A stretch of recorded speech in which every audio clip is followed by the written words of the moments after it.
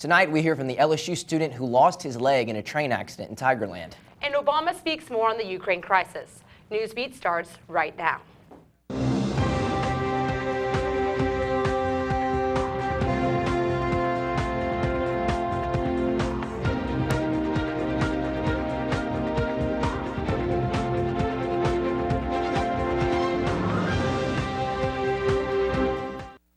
Good evening, Tigers. I'm Jackie Massey. And I'm Michael Edmondson. Now to our sports director, Johnny Lombardi at the PMAC to see what's going on at the biggest game of this basketball season. Johnny?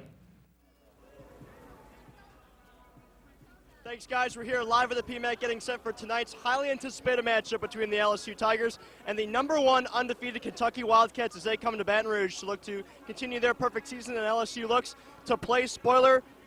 Fans in attendance getting these gold and purple shirts. The PMAC is packed. You can see the student section behind me already up to the 300 level. It's crazy. Students were out at 2 o'clock, 3 o'clock, already in line, backed up all the way to Nicholson Avenue, trying to get into this game to get a seat. So overflow students are being sent to the men's basketball practice facility where they can watch the game on a Jumbotron. But fans getting in, it's getting packed here soon. LSU and Kentucky tipping off at 6 o'clock. We'll be back here later in the show to maybe talk to a few of the tremendous Tiger fans who got here early. But for now, back to you all at the desk.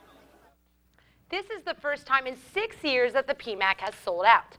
I wonder if this game can top last year's ice game when the Tigers won 87-82. If the crowd is anything like that game, we are sure to beat #1 Kentucky. Hopefully you've already parked your cars because finding a place to park now will be impossible. Well, the accident in Tigerland that left a student without his leg. Jackie tells us the details. A train, a track, and Dalton Hall. I was just really appreciative to be alive. What seemed like a casual walk home turned into a tragic accident. I tripped by the rail and I hit my head and I split my head open actually. I have a bunch of stitches in my head and I got a concussion and I passed out on the rail with one of my foot still on the railway. A train like this one ran over his right leg at 2:30 in the morning. The injury resulted in an amputation. Hall found out when he regained consciousness. It was weird, like, having something that you're born with to, not be there from you, not even realizing that it was being taken from you. But at the same time, I was, I just all the realization of that I was still alive. It didn't even matter that my leg was gone at that moment. Although a tough transition, Hall remains positive. He says the support from family and friends made his 5-day stay at the hospital and hotel room bearable. I was just so happy. I was filled with joy. I was just so happy to see them. Because, when you go through something like that or anything painful, the first people you want to see is your parents. For the remainder of the semester, Hall is withdrawing from LSU and moving back home to Missouri to receive physical therapy. He will learn how to walk using a walker, crutch, and eventually a prosthetic leg. Hall's parents say he will return to the university for the fall semester. I feel blessed by the ability to be alive, that I've had so much support, and I'm really excited to come back to LSU in the fall. For Tiger TV, I'm Jackie Massey. Dalton has arrived home safely in Missouri and is starting the recovery process. A meeting between President Obama and one of his strongest allies hopes to achieve a ceasefire in Eastern Europe. Polo Sandoval is on the call to the armed forces that is going on in Ukraine. President Obama and German Chancellor Angela Merkel showing a united front against the Kremlin. The White House meeting of the world leaders could pressure Vladimir Putin into finding a diplomatic end to the bloodshed in eastern Ukraine. Ongoing clashes between Ukrainian troops and pro-Russian rebels are intensifying. Instead of withdrawing its arms, Russia has sent in more tanks and armored personnel carriers and heavy artillery. The president's strong relationship with Merkel could be tested if he agrees to put weapons in the hands of Ukrainian troops. That move is encouraged by Ukraine and some U.S. lawmakers, but strongly opposed by Germany. I've always said I don't see a military solution to this conflict, but we have to put all our efforts in bringing about a diplomatic solution. There's not going to be any specific point at which I say, clearly lethal defensive weapons would be appropriate here. It is our ongoing analysis of what can we do to dissuade Russia from encroaching further and further on Ukrainian territory. Both leaders do agree current sanctions against Russia have to stay in place, at least until a ceasefire is reached. Merkel's assumed duties as diplomatic envoy between the West and Russia take her to Belarus on Wednesday. She'll face President Putin in a closed-door meeting with other world leaders.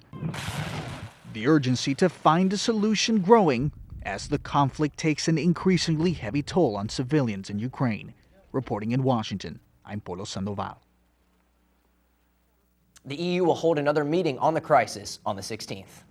Now to the TV for weather with Kristen. Kristen, show us what we're working with.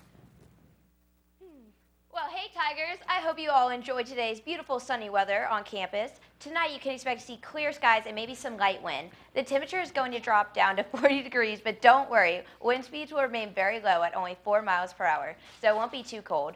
Wednesday is going to be another sunny day like today with light winds, and also the humidity rate is going to be slightly lower than we've seen so far this week at 49%. The highs for tomorrow will be in the 70s, so it's going to warm up a little bit, and then for tomorrow night the temperature will drop into the mid-40s.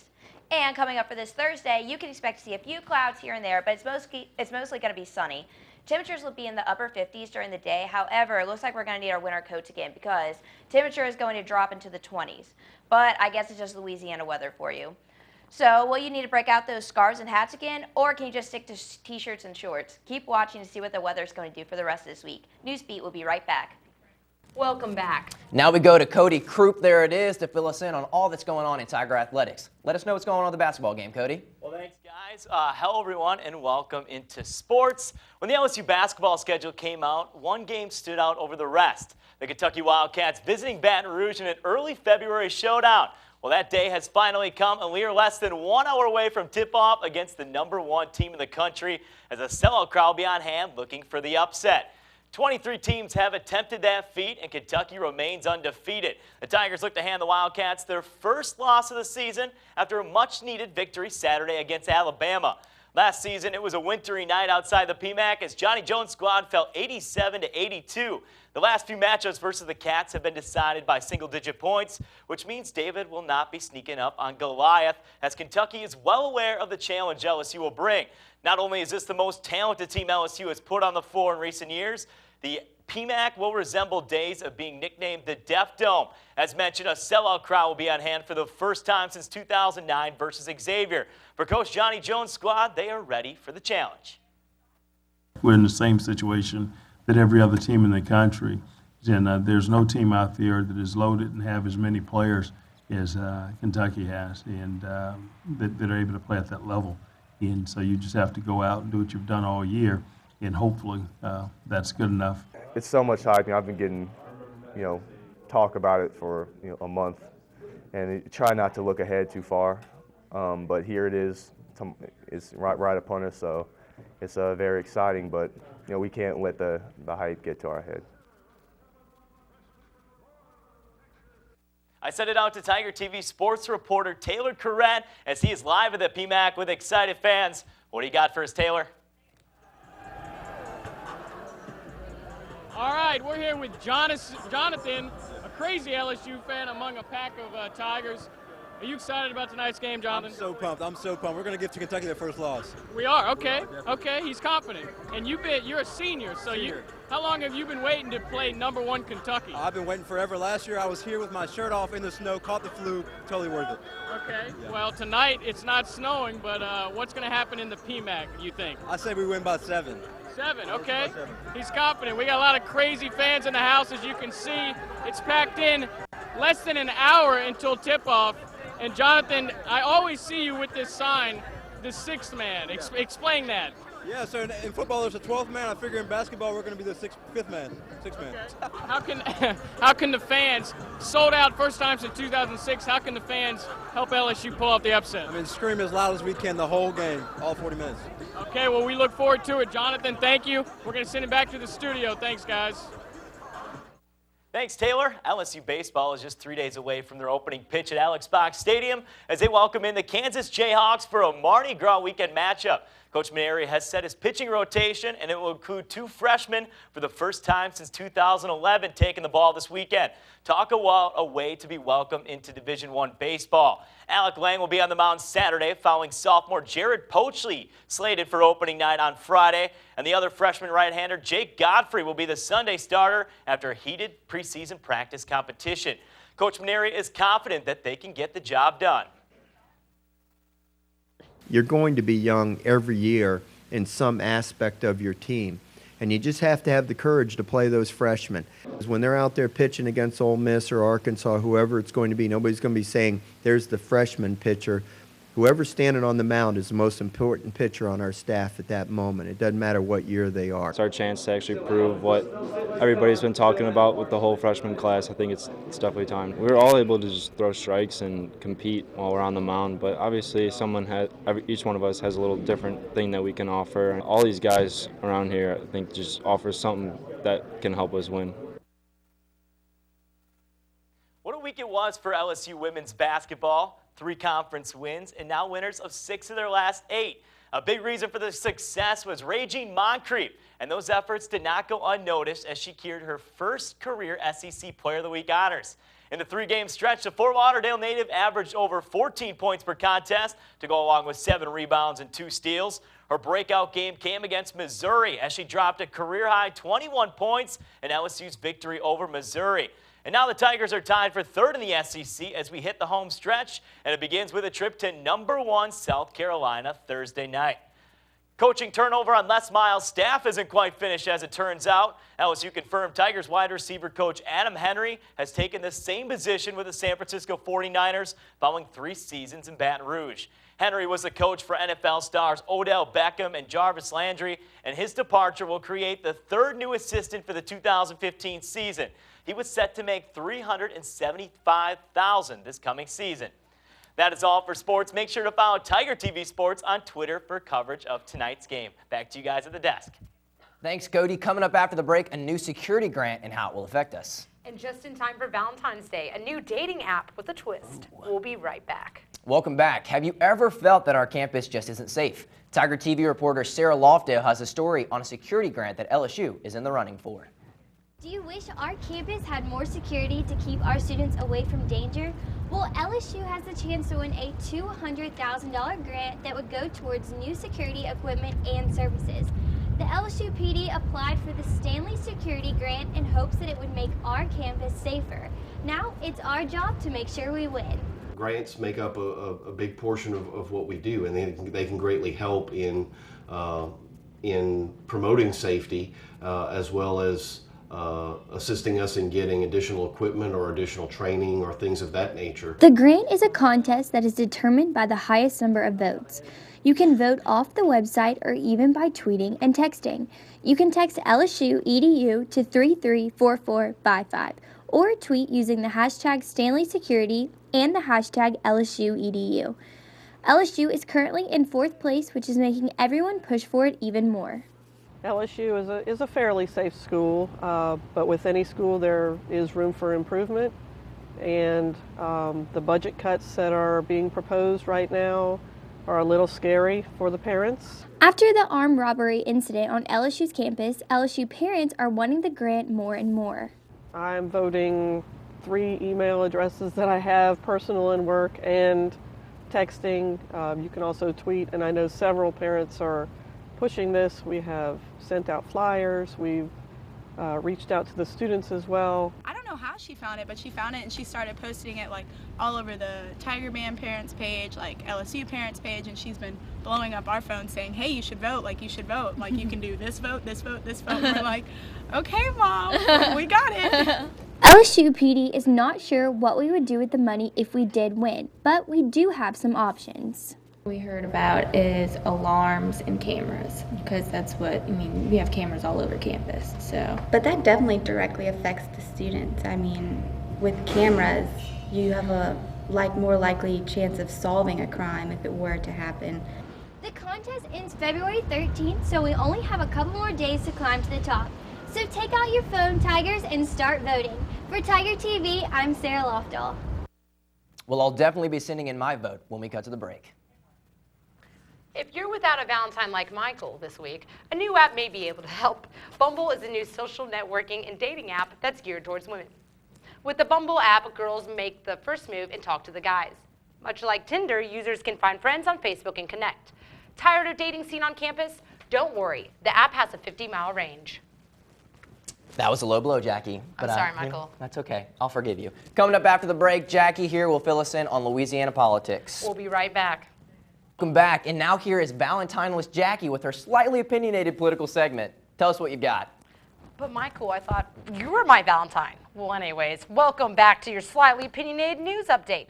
This portrait of Bobby Jindal went viral on Twitter because his skin appeared to look white.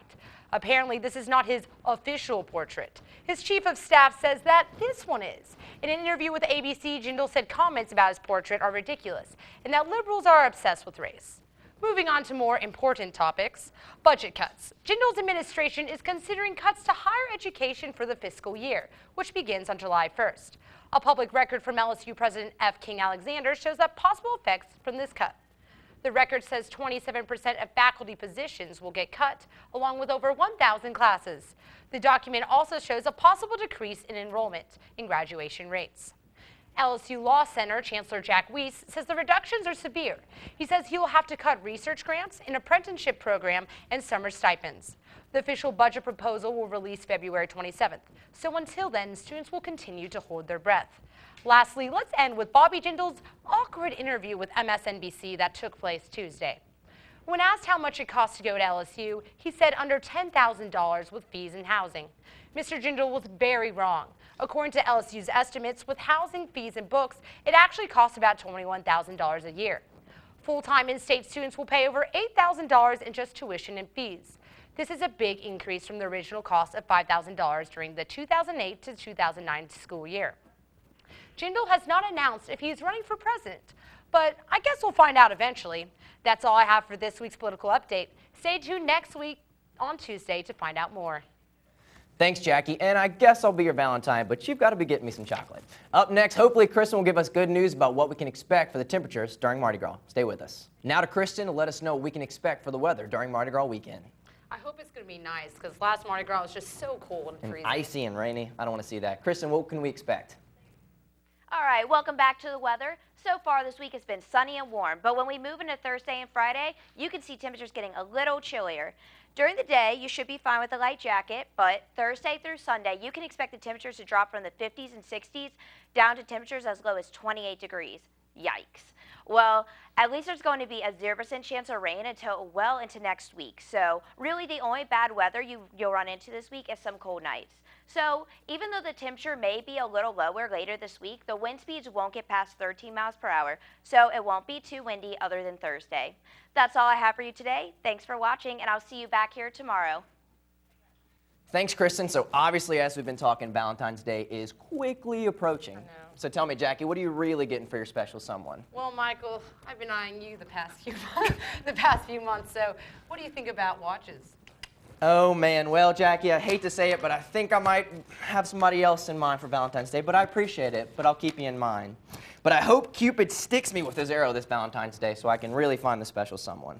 Hope he pokes you in the heart. That's what you did to me. So sweet. Well, this year, your sweetie will most likely pay around $142 in gifts. The National Retail Federation says this holiday spending will total out to be more than $19 billion overall.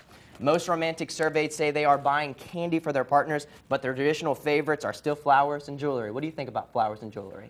I love that. Me too. It's the best gift ever. It really is. Pets are also getting lucky this year because 21% of shoppers say their furry friends will get a sweet treat. Ooh, maybe I'll buy mine. Definitely. Let's turn it over to the break real quick. We'll come back and let you know what's going on one more time for the basketball game.